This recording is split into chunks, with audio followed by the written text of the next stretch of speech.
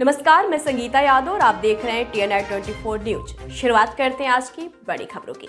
अनूपपुर जिले की कोतमा विधानसभा सीट दिनों पर दिन दिलचस्प बनती दिखाई दे रही है। आज कांग्रेस पार्टी प्रत्याशी सुनील सराफ नामांकन दाखिल करने के बाद लौ लश्कर के साथ रैली निकालकर कोतमा के गांधी चौक में अपने समर्थकों के साथ आम सभा को संबोधित किया। आपको बता दें कि वर्ष 2018 के विधानसभा चुनाव में कोतमा क्षेत्र के मतदाताओं ने कांग्रेस प्रत्याशी सुनील सराफ को 48,249 वोट देकर जिताया था। वहीं दूसरी तरफ बीजेपी उम्मीदवार दिलीप कुमार जायसवाल को 36,820 वोट मिले थे, जिसकी वजह से वे 11,429 वोटों से हार गए थे। फिर भी कांग्रेस पार्टी ने कोतमा सीट से सुनील सराफ को दोबारा मौका दिया। भाजपा का चाल चरित्र चेहरा यही है। ये धर्म की बात करते हैं, सबसे बड़े अधर्मी ये होते हैं। ये आदिवासियों की बात करते हैं, उनके ऊपर पेशाब करने का काम करते हैं। ये गरीबों की बात करते हैं, गरीबों की चर्सी उकेल लिया इन्होंने। उद्योगपतियों का कर्जा माफ करते हैं, गरीब के घर का सामान जब्त करते हैं।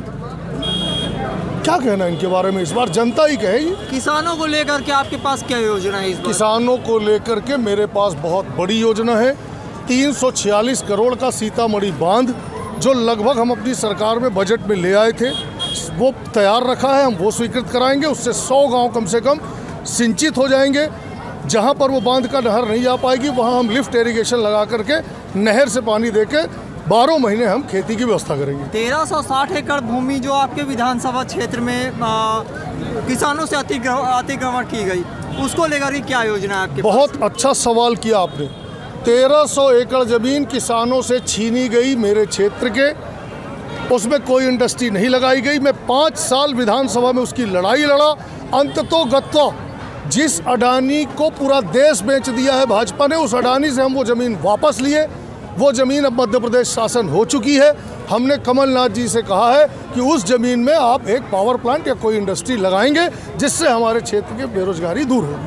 अभी उसी में कुछ हिस्सों पे जेम्स, जो कि SCCL की कंपनी है जेम्स, उनने अपना शायद कोई खदान वगैरह योजना उसमें लागू करने वाली है। नहीं, वो मध्य प्रदेश शासन की है अभी ज़मीन। अब मध्य प्रदेश शासन यदि हमारी सरकार के पहले उन्हें दे दे, पर कोई भी कंपनी लग जाए, जेम्स लग जाए, कोई और लग जाए, हमारे क्षेत्र को रोजगार मिले, बात खत्म। हमें किसी कंपनी से कोई रिश्तेदारी नहीं है। क्या लग रहा है प्रदेश में कितनी सीटें आने की चांस? 170 के ऊपर। हमको भी याद आएगा, आपको भी याद आएगा, डंपर कांड के लिए, व्यापम घोटाले के लिए, 3000 रुपये में रेता के लिए, 200 रुपया किलो में दाल के लिए, पटवारी परीक्षा भर्ती घोटाले के लिए, ई टेंडरिंग घोटाले के लिए, मामा बहुत याद आएगा। चुनाव बहुत ही नज़दीक है, इसको लेकर के कांग्रेस पार्टी किस तैयारी में है कोतमा विधानसभा क्षेत्र में? कांग्रेस पार्टी पूरी तैयारी में है। कांग्रेस पार्टी और कांग्रेस पार्टी के लोग, कोतमा विधानसभा के लोग, आपने देख लिया। भारी जनसंख्या यहाँ पर मौजूद रही है, इसको लेकर के जनता को क्या बोलेंगे आप? भारी जनता के चरणों में कोटि कोटि नमन। अपनी गाड़ी से, अपने साधन से सब लोग इतनी संख्या में आके मुझे यहाँ आशीर्वाद दिए। मैं भाग्यशाली हूँ। मैं जनता के इस कर्ज का कभी चुका ही नहीं सकता। जनता दूसरी बार आपके ऊपर भरोसा करने जा रही है। इसको लेकर के बेरोजगारी सबसे बड़ा मुद्दा है। आपको पता है कि हमारे मध्य प्रदेश में लगातार 18 सालों में बेरोजगारी लगातार बढ़ते आई। अब इसको कम कैसे करेगी? 5 साल मुझे काम करने के लिए मिल जाएंगे। मेरे क्षेत्र में रोजगार के असीम चांस होंगे। बाहर से लोग आके यहाँ रोजगार करेंगे, पर हमारे यहाँ का युवा बेरोजगार नहीं। 5 साल तो आपके पास थे। 5 साल मेरी सरकार के नहीं थे, 5 साल मुझे सरकार के चाहिए। मतलब ये बोलना चाहिए कि मध्य प्रदेश में अगर आपकी सरकार आती है, वो तो इस बार आनी है, लेकिन अगर इस बार आती है तो आप कोतमा क्षेत्र को रोजगार के लिए रोजगार, कृषि, चिकित्सा, शिक्षा, इन सारी चीज़ों में हम बहुत आगे जाएंगे। किया है, मुझे भावुक किया है। मैं आप लोगों के श्री चरणों में फिर एक बार सर रखकर नमन करता हूँ, प्रणाम करता हूँ। ये कृपा, ये कृपा, ये आशीर्वाद बनाए रखिएगा। मेरे पास कोई बड़ा नेता भी नहीं है, मेरे पास कोई नहीं है, पैसा नहीं है, रुपया नहीं, कुछ नहीं है। अगर मेरे पास है तो आप सबका प्यार है और मेरी ईमानदारी की ताकत है, जो कभी कम नहीं होगी। ये वचन देता हूं। इन्हीं शब्दों के साथ बहुत बहुत धन्यवाद। जय भारत। इस जन्म में नहीं चुका सकता। आज फिर आपको एक वचन देता हूं, मैं दारू बांट के, मुर्गा बांट के, साड़ी बांट के चुनाव नहीं जीत सकता, नहीं लड़ सकता, क्योंकि मेरे पास है भी नहीं और मेरा स्वाभिमान भी नहीं कहता कि मैं अपने क्षेत्र में ये गंदे कृत्य करूं। ये गंदे कृत्य करके मैं चुनाव नहीं जीतना चाहता। मैं तो निष्पक्ष मतदान से चुनाव जीतना चाहता। और एक वचन आप लोग को देता हूं, जीवन भर जब तक इस शरीर में सांस रहेगी, जब तक इस शरीर में सांस रहेगी, क्षेत्र के एक व्यक्ति की सेवा करूंगा। मैंने अपने कार्यकाल में मेरे पास आने वाले किसी से नहीं पूछा कि भाजपा के हो कि कांग्रेस के हो कि बहुजन के हो कि गोंडवाना के हो, जो मेरे क्षेत्र का है वो मेरा है। मैंने उसकी सेवा की है। सेवा की है कि नहीं की? मैंने नहीं पूछा किस जाति के हो, किस धर्म के हो, सेवा की है। मेरे 8 भाई नहीं है, मैं अकेला हूं, मेरे आप ही लोग भाई हो। मेरे लिए 8 भाई कोई प्रचार करने आपके पास नहीं आने वाला। मेरे भाइयों, मैं हाथ जोड़ के पैर पड़ के कहता हूं, मेरे भाई, मेरे परिवार, मेरी बहन, आप लोग हो। मेरे लिए आपको जाना है, आपको वोट मांगना है, आपको कृपा करना है। जब तक सांस, फला व्यापारी के यहाँ गिरवी रखा है, फिर उस व्यापारी को उठा के ले जाते हो, उस व्यापारी से पैसा लेते हो। मैं उल्टा लटका दूंगा अगर मेरे क्षेत्र में इस तरह की घटना अगर हुई तो। अगर किसी को नाहक परेशान किया गया, किसी व्यापारी को कोई विभाग परेशान नहीं करेगा, किसी किसान को कोई परेशान नहीं करेगा, किसी व्यक्ति को कोई परेशान नहीं करेगा। इसलिए तो मैं झगड़ालू कहलाता हूं, इसलिए तो मुझे बदनाम करते हैं। तो क्या करूं?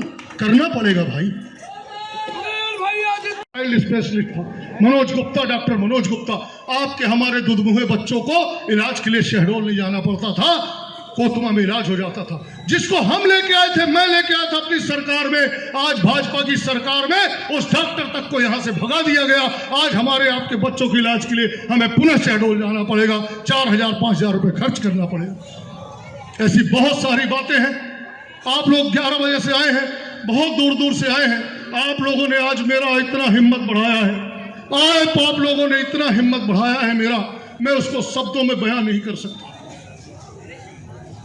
इस क्षेत्र के एक एक व्यापारी, एक एक नागरिक, एक एक युवा, एक एक किसान, मैं एक वचन देता हूं कि जिस तरह से 5 साल व्यापारी बंधु हो, मैं कवच बन के खड़ा रहा।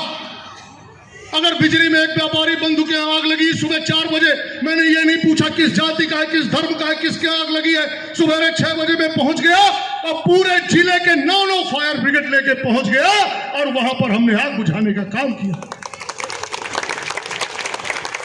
जब हमारी सरकार बनी थी, मैं विधायक बना था, मैंने अधिकारियों की मीटिंग ली थी और अधिकारियों को कहा था गुंडागर्दी नहीं चलेगी। मेरे क्षेत्र का कोई व्यापारी, किसी व्यापारी को उठा के ले जाते हो, एक चोर पकड़ते हो, उससे बयान लेते हो कि 1,000 रुपए और तो और। जब कांग्रेस की सरकार थी, पूरे मध्य प्रदेश में 1,000 गौशालाएं बनाई हमने। उसमें गौ माता की सेवा हो, जिसमें गौ की हत्या ना हो।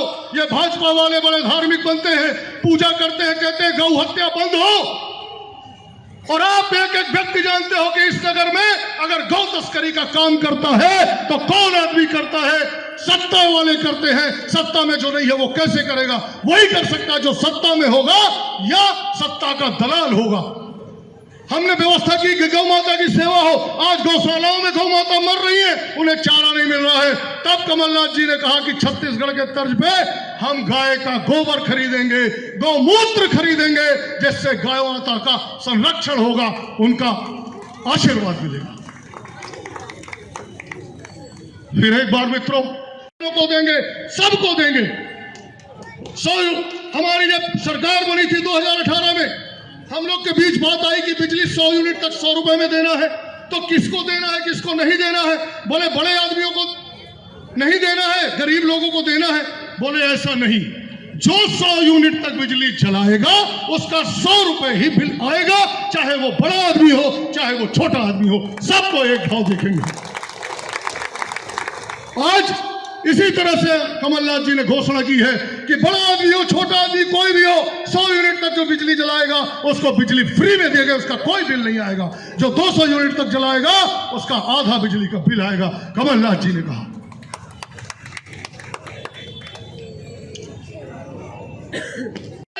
रोजगार खत्म हो गया था, तब ये खजाना क्यों नहीं खोला आपने? तब लोगों के खातों में आपने पैसा क्यों नहीं डाला? तब तो आपने बिजली का बिल तक माफ नहीं किया, आपने कर्जा तक माफ नहीं किया, आपने कोई चीज सस्ती नहीं की, आपने इलाज फ्री में नहीं किया। आज चुनाव आ गए तो लाडली बहना याद करना साथियों, 500 रुपए में रेता आपके घर पहुंच के मिलता था कि नहीं मिलता था? 500 रुपए में। और आज 3000 रुपए में रेता पहुंच रहा है। ये कहां जा रहा है ये पैसा? मैं पूछना चाहता हूं। महंगाई बढ़ती है समय के साथ, मैं मानता हूं, लेकिन 500 रुपए की चीज 550 की होती है, 550 की होती है। 500 की चीज 3000 की होती है क्या? मैं शिवराज सिंह से पूछना चाहूंगा, आज रेता 3000 क्यों है?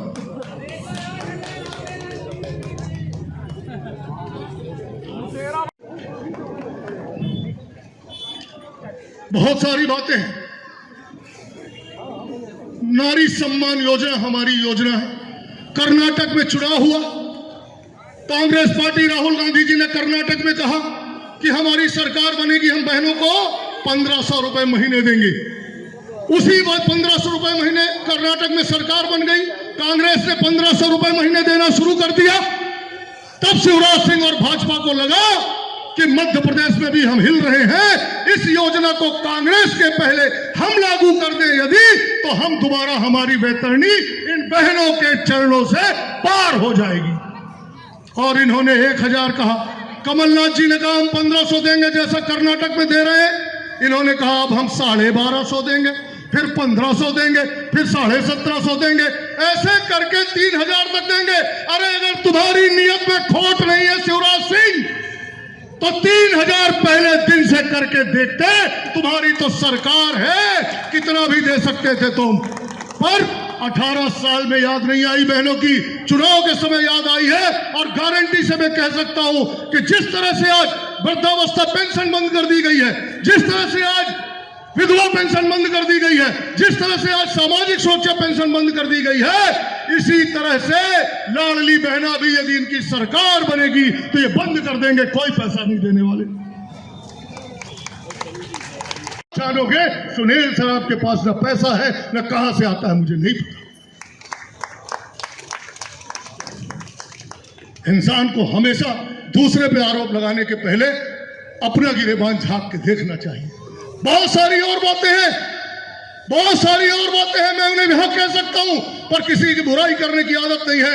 आज ये बात इसलिए कह रहा हूं कि इसी गांधी चौक के मंच से मेरे लिए जो अपशब्द कहा गया दिलीप जायसवाल और भाजपा के नेताओं के बारे में, आज इस क्षेत्र को बेचा जा रहा है, बेचने की तैयारी हो रही है।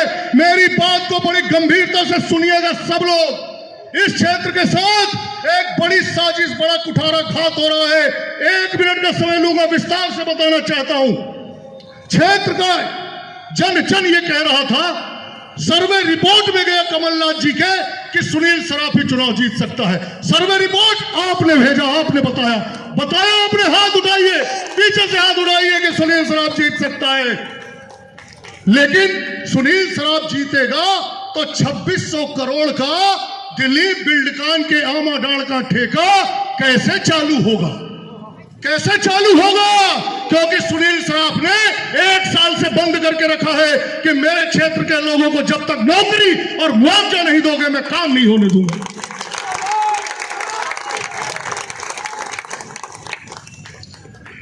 यही वो दिलीप जायसवाल विधायक थे जब आमाडाण कालरी खुली थी और मेरे क्षेत्र के किसानों के साथ कुठाराघात हुआ था। 18 साल हो गए, लोगों की 7% जमीन चली गई, बेघर हो गए, अभी उनको नौकरी नहीं मिली। पिछले 1.5 साल में मैंने 154 नौकरी दिलाई है, 18 साल में नौकरी नहीं मिली थी। लड़ाई इसकी है कि सुनील सराफ को कैसे रोकना है। इसके लिए कुछ हमारे बीच से लोगों को भी तैयार कर दिया गया कि टिकट मांगो, इसके टिकट में विरोध करो, क्योंकि टिकट मिल जाएगी तो क्षेत्र की जनता तो इसको जिता देगी। टिकट में किए, मैं कह रहा हूं, मेरे टिकट में आने साथी बड़े विनम्रता से कह रहा हूं, मैं कांग्रेस ही बनते थे, कांग्रेस से टिकट मांगते थे। अगर दिल में कांग्रेस थी तो आज आपको इस मंच में बैठे होना चाहिए था कि नहीं? नहीं, एक बड़ी साजिश इस क्षेत्र के साथ हो रही है। दिलीप बिल्डकान ने टिकट दिलाया, उसी विधायक को जब आमाडाल खदान खुला था तो जो विधायक था और कालरी के साथ मिलकर मेरे क्षेत्र का शोषण किया था, उसी दिलीप बिल्डकॉन ने उसको टिकट दिलाया, मुझे रोकने की कोशिश की, करोड़ों रुपए खर्च किए मुझे रोकने के लिए कि उसको विधायक बना देंगे तो बड़े आराम से इस क्षेत्र का हम शोषण कर पाएंगे। इतनी बड़ी साजिश है साथियों, ध्यान रखना। मुझे साजिशों की चिंता नहीं है, मैं किसी से डरने वाला नहीं हूं, इनसे दबने वाला नहीं हूं, लेकिन आप सबके चरणों का आशीर्वाद, आपकी ताकत, जैसा आपने आज दिखाया है, आज दिया है, इसको बनाए रखना, इसको बनाए रखना। मैं क्षेत्र को लुटने नहीं दूंगा, मैं क्षेत्र को झुकने नहीं दूंगा। मेरी जान चली जाएगी पर झुकूंगा नहीं। में से एक एक पंक्ति के अंतिम व्यक्ति, गरीब, पीड़ित, शोषित, आपका चेहरा, मैंने आंख बंद किया तो चेहरा मेरे आंखों में झूलने लगा कि मैं तो 35 करोड़ लेके चला जाऊंगा, मेरी उस जनता का क्या होगा जिसने बड़े विश्वास के साथ मुझे चुन के भेजा है। उनके कितना बड़ा घाव लगेगा कि उन्होंने मुझे चुना था, किसान का बेटा, गरीब का बेटा, और मैं 35 करोड़ में बिक गया। क्या गरीब का स्वाभिमान रह जाएगा? गरीब के नाम पे धब्बा लगाने का काम, धब्बा लगाने का पाप सुनील सराफ नहीं करेगा। मैंने ठोकर मार दिया 35 करोड़ रुपए पे। रहने दो भैया। पूर्व का विधायक जो भी भाजपा का प्रत्याशी है दिलीप जायसवाल, मैं पूछना चाहता हूं आपके माध्यम से, इस मंच के माध्यम से, 5 साल पहले टिकट मिलने के पहले मैंने बैंक से लोन लेके एक मकान बनाया था। वो मकान जितना खड़ा था टिकट मिल गई। 5 साल विधायकी के हो गए, उस मकान में छपाई नहीं करा पाया क्योंकि पैसा कहां से आता है मुझे नहीं पता। एक व्यक्ति बता दे किसी से 10 पैसा कमीशन लिया, कोई अधिकारी से लिया, कर्मचारी से लिया, एक व्यक्ति बता दे। मेरे मकान में छपाई नहीं हुई। दिलीप जायसवाल जी एक महल में रहते थे, 1 महीने पहले दूसरे महल में। कि मैं इतना कैसे कर पाता हूं? अरे ईश्वर का आशीर्वाद मुझे है, ईश्वर ने मुझे निमित्त बना के भेजा है जनता का सेवा करने का। तो मैं क्या करूं और तुम क्या कर लोगे?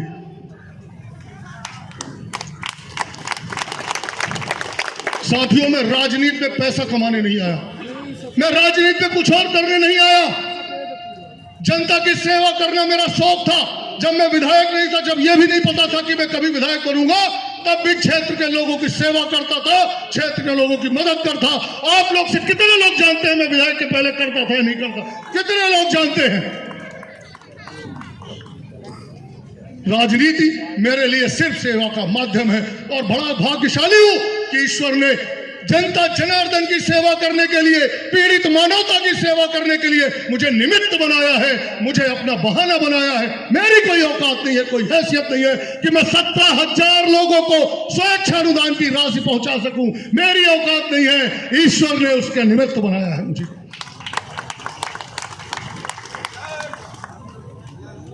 कर ली थी। मेरे क्षेत्र के बहुत सारे लोग ऑक्सीजन के अभाव में, दवाई के अभाव में काल के गाल में समा गए थे। हमने उसके पहले तैयारी कर ली क्योंकि हमारे राहुल गांधी जी का आदेश था कि कोरोना की दूसरी लहर आने वाली है, उसके पहले कांग्रेस का कार्यकर्ता अपने क्षेत्र की सेवा करने के लिए कमर कस ले। हमने तैयारी कर ली थी।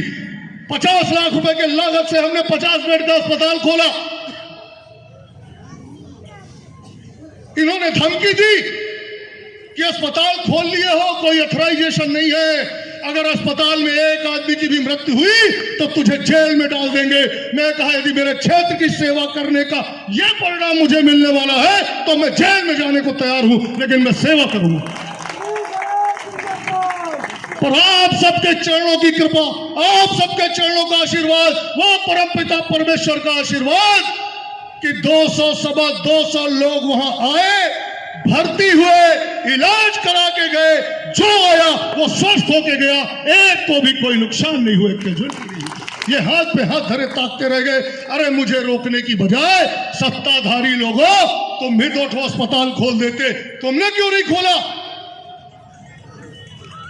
मैंने कभी किसी की लाइन नहीं काटी। यदि कोई कुछ कर रहा है, मैंने उससे ज्यादा करके अपनी सफलता साबित किया। फोन आने लगे, खाना नहीं है, राशन नहीं है, काम पे जा नहीं सकते, घर से निकलने पे पुलिस डंडा मार रही है, कैसे करें? मैंने अपने साथियों से बात की, मेरे पास भी पैसा ज्यादा नहीं, हम साथियों ने चंदा किया, पैसा इकट्ठा किया, खाने की पैकेट बनवाए और लोगों को खाना बांटना शुरू किया। जहां तक हमारी गाड़ी पहुंच सकी वहां तक खाना खिलाया कि 2 वक्त का ना मिले, 1 वक्त का खाना मिले, लेकिन मेरे क्षेत्र वालों को मिले। तब ये भाजपा के नेता और यही भाजपा का पूर्व विधायक मेरे ऊपर केस लगवाने, मुकदमा लगवाने का काम करता था, मेरे सैनिटाइजर की गाड़ी को जब्त करवाने का काम करता था। अरे अगर तुझे कंपटीशन करना था तो मैं 1 गाड़ी से सैनिटाइजर कर रहा था, तू 2 गाड़ी से सैनिटाइजर करने लगता मेरे क्षेत्र को। तुझे कंपटीशन करना था तो मैं 2 गाड़ी में खाना बांटता था, तू 5 गाड़ी में खाना बांटने लगता। तेरी सरकार थी मध्य प्रदेश में। 100 करोड़ से ऊपर, 150 करोड़ से ऊपर का पैसा हमने लाया। कोठी जैसी जगह में जो कल्पना नहीं कर सकते थे, हम आज तक बड़े अफसोस के साथ कह रहा हूं कि बिजली जैसे नगर में हम अस्पताल का उन्नयन नहीं करवा पाए, कोतवा जैसे जगह में अस्पताल का उन्नयन नहीं करवा पाए। करवाने की स्थिति में थे कि हमारी सरकार चली गई, पर कोठी जैसे जगह में हमने कोतवा स्तर का सामुदायिक स्वास्थ्य केंद्र बनाया, आज वो बन के तैयार है। हमने राजनगर डिग्री कॉलेज बनाया बच्चों के पढ़ाई के लिए। ऐसे हजारों काम हमने किए। 15 महीने बाद सरकार चली गई, कुछ नहीं था मेरे पास, कोरोना आ गया। क्या करता? अपने पूरे क्षेत्र को अपने हाथों से ट्रैक्टर चला के मैंने सैनिटाइजर करने का कर रहा हूं। उसने कहा सैंपलिंग कर रहे हैं। क्यों सैंपलिंग कर रहे हो? कोई शिकायत है, कहीं पर सामान में क्वालिटी खराब नजर आ रही है, बोलो सैंपल के बाद पता चलेगा। मैंने कहा उठ और भाग, अभी इनके त्योहार का समय है। और खबरदार, अगर मेरे विधानसभा क्षेत्र में किसी भी दुकान में जाके तूने तंग किया तो अच्छा नहीं होगा। त्योहार के बाद आना, नोटिस देके आना, जांच कर लेना, हम जांच कराने के लिए तैयार हैं। अगर इसमें कोई कहे कि मैं गुस्सैल हूं, मैं गुंडागर्दी करता हूं, तो हाँ मैं करता हूं और करूंगा, अपने क्षेत्र की रक्षा के लिए करूंगा। बैठे हैं, मैं ज्यादातर लोगों को उनके नाम से जानता हूं। नाम से जानता हूं कि नहीं जानता हूं? हाथ उठा के बताइए, हाथ उठा के बताइए। नाम से जानता हूं ना, क्योंकि मैं 5 साल आपके साथ खेला कूदा, काम किया हुआ, आप मेरे परिवार हो। 5 साल पहले आप लोगों ने चुन के भोपाल भेजा। मैं क्षेत्र से लेकर के भोपाल तक में बहुत सारी बातें आई। भाजपा के प्रत्याशी ने बड़ी बड़ी बात की। मैंने कहा अरे सूपा हंसे तो हंसे, चलनी हंस रही जिसके 36 तो छेद है। वो कमलेश जायसवाल कहाँ है? कमलेश जायसवाल ये जब विधायक थे, भाइयों 5 साल जो प्रत्याशी भाजपा से लड़ रहा है वो विधायक था, 5 साल में भी विधायक था। आपकी कृपा से तुलना करिएगा कि तब क्या होता था और आज क्या होता था। जिसकी बात वो यहां मंच से कर रहे थे कि ठंडी गर्मी बरसात में एक एक गांव में रात रुकते थे और जाते थे, वो जनता के भले के लिए नहीं जाते थे। वहां रोड रोलर कितना चला है उसका चेक कटवाने जाते थे कि नहीं जाते थे? हाथ उठा के बताना। कोई जनता के लिए नहीं जाते थे। 8 भाई, 8 विधायक थे और पूरे क्षेत्र में जमीन लूटने का काम उन्होंने किया है। कमलेश जायसवाल, कई ऐसे लोग यहां आए हुए हैं जिनकी जमीनों को इन्होंने लूटा है, जिनकी जमीन को इन्होंने पूरी दादागिरी से, नाम लेके बता दे रहा हूं।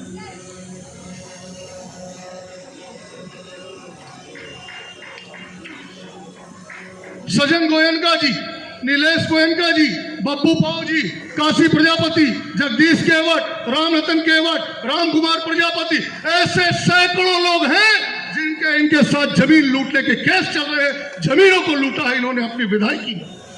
इन्होंने अपनी विधायकी में, बता दें किसके सुख में गए, किसके दुख में गए, क्या किया। ये कमलेश जायसवाल है, ये जायसवाल ही है, ये जायसवाल ही है, उनके जात-नात है। इस आदमी की जमीन, इस गरीब के जमीन को लूटने का काम किया अपने भाजपा सरकार की ताकत पे, अपने 8 भाइयों की गुंडागर्दी पे। मैंने कम से कम ये नहीं किया। मैंने लड़ाइयां लड़ी पर जनता के लिए लड़ी, अपने कोतवा के शान के लिए लड़ा। हाँ मैं लड़ा, मैं मध्य प्रदेश की विधानसभा में मुख्यमंत्री से लड़ा, पीडब्ल्यूडी मंत्री से लड़ा, अपने क्षेत्र के विकास के लिए लड़ा, अपने लिए नहीं लड़ा।